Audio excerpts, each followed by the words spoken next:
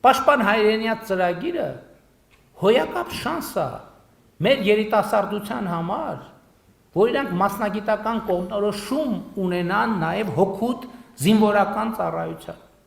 Որտեղ մենք այդպիսի համակարգ նախկինում չենք ունեցել, որ երիտասարդին կամած մոտեցնենք զինծառայությանը եւ ցույց տանք նրա առավելությունները։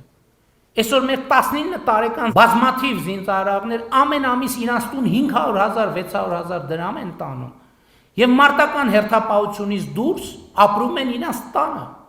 իրանց ծնողների հետ։ Այդ մարդիկ մեքենա են առնում, այդ մարդիկ տուն են առնում, այդ մարդիկ ամուսնանում են։ Ժամկետային զինծառայողը իր